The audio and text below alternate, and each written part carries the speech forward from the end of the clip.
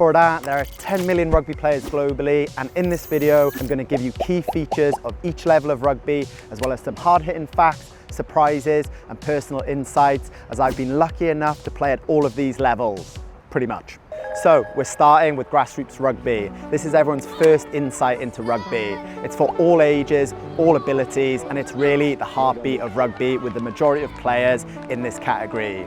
Many players start from the ages of 5 to 6 years old, but the emphasis is on having fun, learning and making friends. Teams are very much localised, as players will go to the club that's nearest to them. And currently, female participation is the largest growing sector globally. So in terms of the packages at this level, normally players and parents are paying club fees to be a part of the team. This may or may not include kit, but normally players get their own jersey for the whole year and it has their name on the back, which I always think is a lovely touch. In terms of the training schedule for these teams, they tend to run for most of the year with breaks for school holidays. Some teams will train once a week, sometimes twice, and then normally a game or a mini tournament on the weekend. And it's often a couple of the parents who are running and coaching these teams. There's potential for maybe a little tour at the end of the year, but this level is all about fun. Moving on to performance, and I've said it previously, but this level is all about fun. One more time, it's all about fun.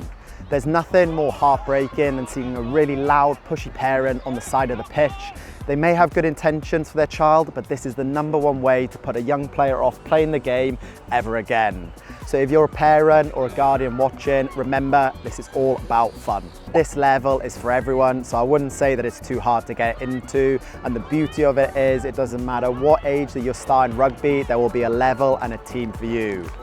If you have ambitions though of playing professional rugby, I would say that you need to start playing quite seriously up until the age of about 15, but I'll chat more about this later. From the grassroots level, the first semi-serious rugby a player can play is normally in school. There is a large variability in quality and scale, but some schools have better facilities and support than pro clubs. The emphasis should still be on fun and development, but results are taken more seriously at this level. Normally, schools compete within their town. If they perform well, they will be able to play within their district or country, and most countries then have a national level competition for the ultra competitive schools. And in recent years, you are starting to see international competitions for schools. I hope and I want to see more of these continuing to grow. The Rosslyn Park Sevens, as an example, is one of the best experience for school players, in my opinion. In terms of the packages at school level, schools can be anywhere from free to tens of thousands of pounds a year. But this is where you can see your first benefits from excelling at rugby with scholarships to these schools. And there are pros and cons of going to a private school and not. There are amazing players who didn't go to one, and there are amazing players that did go to them. In terms of the training schedule at school level, these can vary widely, but the serious schools run near professional programs. So training 3 to 4 times a week around your schoolwork. You're probably getting an introduction to weight training and then some assistance in understanding things like nutrition and analysis as well. From a performance side, games are normally limited to term times, and some schools even split the calendar into a 15 season and a 7 season. Many schools now around the world pull in huge crowds for their games. And this level of rugby really opens up the next doors, as scouts and various clubs and universities are often watching. So there is some added pressure to perform. Games begin to get filmed and even a level of analysis is introduced. But the emphasis should still be on fun and development, but the games can get ultra competitive. In terms of how hard it is to play at school level, most schools will have multiple levels, and it's probably the first time players will be separated based on ability. Making it into the first team of some of the big rugby schools can be pretty difficult, but I will say it was one of my favourite levels that I've played in. You're playing with your mates week in, week out, and it was so much fun. If I had my time once again at this level, I would start kicking off my weaker foot as well. Looking forward to professional rugby, I think this is going to become a staple of most future kickers. After schools, adult rugby begins, and players who don't want rugby to be their full-time job can go into the club system, which is where you play for a local club. They'll often have multiple teams for different abilities, and players can end up staying at the same club right up until they retire, and then often take up roles in helping manage and run the club for free. They are great communities for the whole family and lots of fun, particularly from the social side. In terms of the packages at club level, pretty much everyone is paying to be a member, and you often have to buy a kit package. Some clubs with backers will have a reserve of money so they can put on some food and drinks after a game for both teams. Clubs would like a certain level of commitment to training, but ultimately rugby fits around the player's life. In terms of a training schedule, they'll normally train 1 to 2 times a week with a game on a weekend. Normally these aren't compulsory and players play and train when they want to. In terms of performance, clubs take pride in their results, so even though they don't necessarily matter from a monetary point of view, players are super competitive and would like to be the best local club in their area and their league. Mistakes are fairly common and often dictate how a game unfolds. Pitches sometimes aren't the best, and the crowd is normally made up of other members of the club as well as friends and families. You'll often see some young guns getting their first taste of adult rugby as well as some seasoned veterans, so the games can get quite physical. This level is open to everyone, so it isn't hard to get into, and normally how much time a player can commit to staying fit and injury-free will dictate their involvement.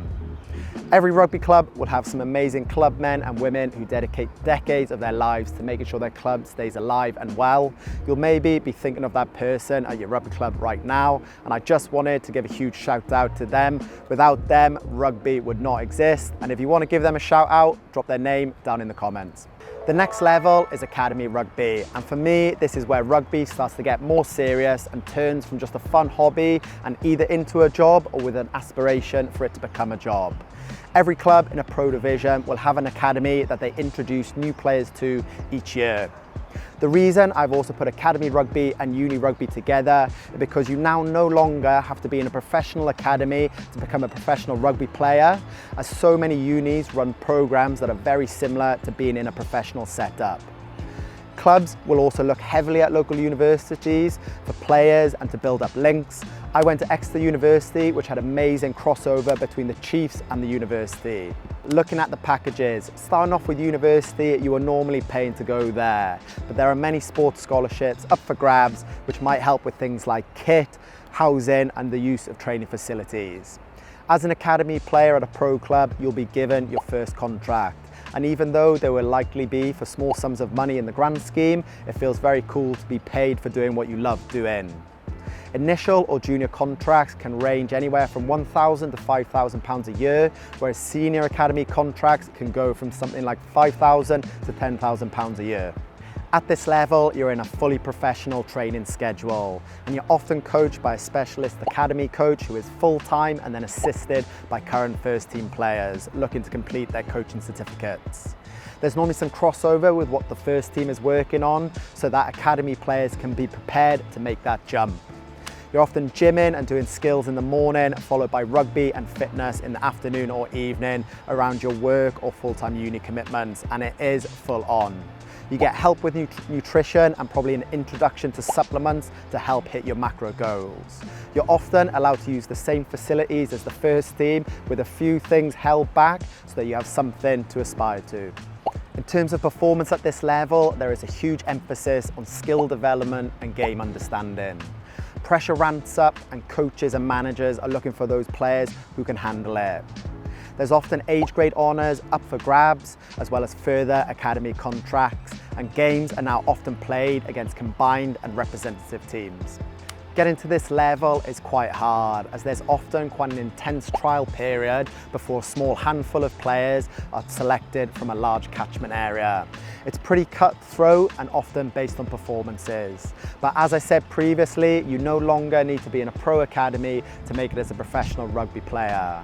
I was lucky enough to be in academy, and in my first adults game that I played in, the other player I was competing against was just found in a local amateur competition, and they wanted to have a look at him. I went home after the first week of training and said to my dad, if these are the standard of the lads that they're just finding in these amateur leagues, I've got no chance. As it happens, this player turned out to be Liam Williams, who's obviously gone on to be an amazing Welsh international and a Lion, but it just shows that even if you're missed by these academy setups, you can still end up going on to be pro and one of the best players in the world. In my academy year at the Scarlets, there was only 12 of us that started, but there was probably only 6 of us that continued on to keep playing rugby professionally. The next level is semi-professional, and they are often the second division of a country's league.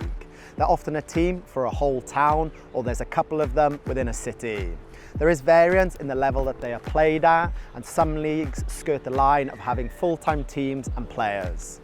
Certain semi-pro clubs have large cash backing and can attract some ex-pros on big pay packets. Packages for semi-pro clubs can be done in a few different ways. You could have a contract where you're paid amount per month. This could be from £200 to £3,000, or you could have some money per game with a win bonus or some money under the table, often between £50 to £500. But players will normally have full-time jobs. There's some extra medical cover if you were to get injured, but it is best if players have their own extra medical insurance. Most semi-pro clubs will have some kind of physio cover as well. The training schedule at semi-pro often involves 2 days where there's compulsory rugby and gym with a game on a Saturday. And with how leagues are often set up at this level, you can find you have to travel large distances to play. In terms of performance, you're often playing on better pitches with a small crowd of a few thousand people. There's normally a combination of aspiring young academy players getting their first taste of adult rugby and veteran ex-pros. It's extremely physical, and the rivalries between teams are often fierce. It's fairly hard to get to this level as money is introduced, but as a decent player, you can stay here for years, making a pretty penny to top up your monthly income. The next level is professional, and these are all the major leagues and competitions from around the world. There's a variance in the style and the level of rugby played, but they're all fully professional, and rugby is definitely a job now. The teams often cover large areas. In terms of packages at the pro level, every player is contracted, but the amount can vary depending on experience, international honours and positions. Contracts can range from £15,000 to over £100,000. And you can start to get sponsorships and endorsements outside of rugby to help increase the package. As an example, you could start to get given some boots. There's full medical cover, something you don't realise you miss until it's gone, but being seen by the best surgeons within a day or two of getting injured. You're respected as an asset to the club. In terms of the training schedule, it is full on. You are now at full-time facilities, you have analysis, nutrition, recovery protocol, medical attention, chefs, and you're often getting 3 meals a day. At the pro level, performance and results are everything.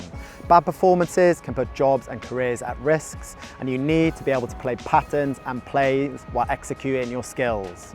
The average pro isn't having to make loads of decisions, they're more of a cog in a larger wheel.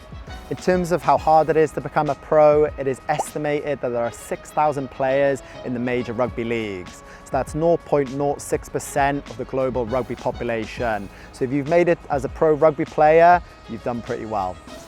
If you want to give yourself the best chance of being a pro as a young player, regardless of your size, I always say to the kids that I coach, try and become a back.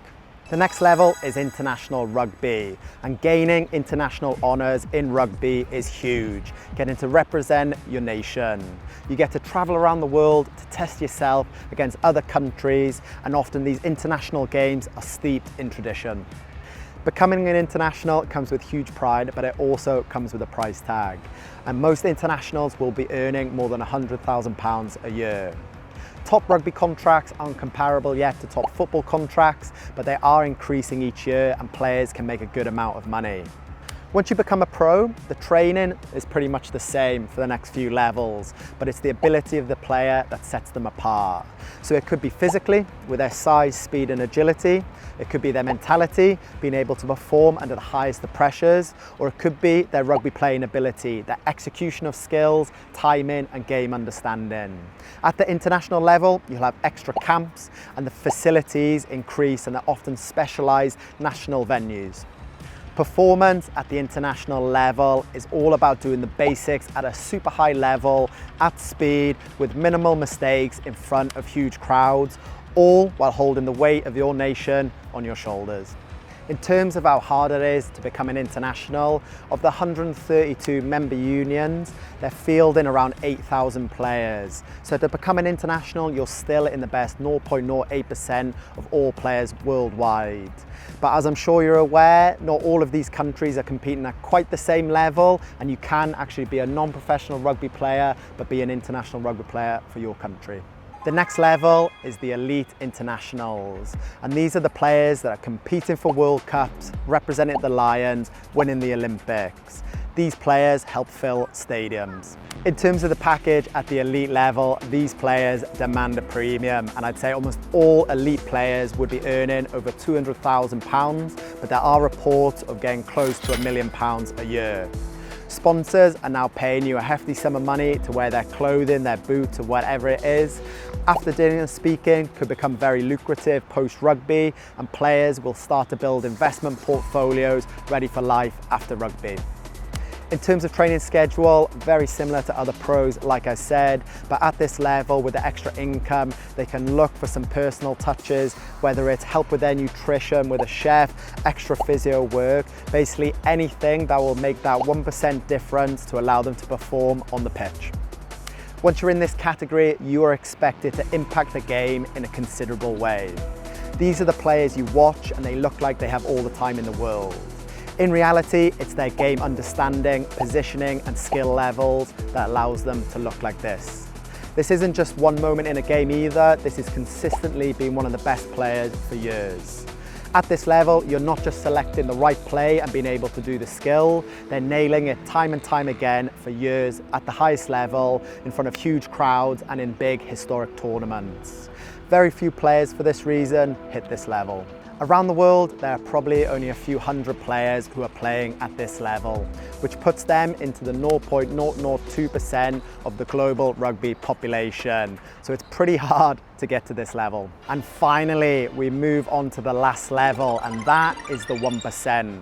And for me, these are the players that transcend the sport. So whether you watch rugby or not, these are the kind of players that are household names that everyone has heard about. Packages for these players have been reported up to about £1 million a year, but there's no end to the amount of extra money they can earn through sponsorships and business deals. If they are smart and invest correctly, these players can set themselves up for a very comfortable life after rugby. Training schedule for these are the same as any other pro. Performing at this level, these players are seeing things at a speed and pace that others aren't. They're controlling games and results almost single-handedly. Other pro players are excited to play against them and will be straight in the changing rooms after for a photo and to try to swap a jersey. Getting to this level is ultra hard, and we are talking about generational players in this category.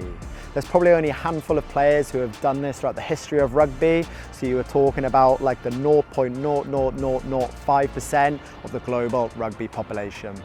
So the one beauty of rugby, there are so many different layers that you can play at based off your ability and your age. But one thing to keep in the back of your mind, probably for rugby more than a lot of other sports, is that these can all end after a single game with a bad enough injury. So particularly when I'm coaching younger players, I always encourage them to have some kind of backup option, whether it is going into the school studies, into university, or equally going to get a trade. Something that you can fall back on. Doesn't matter what ability of rugby you play at, you will enjoy it more knowing that you have something if it all goes pear-shaped.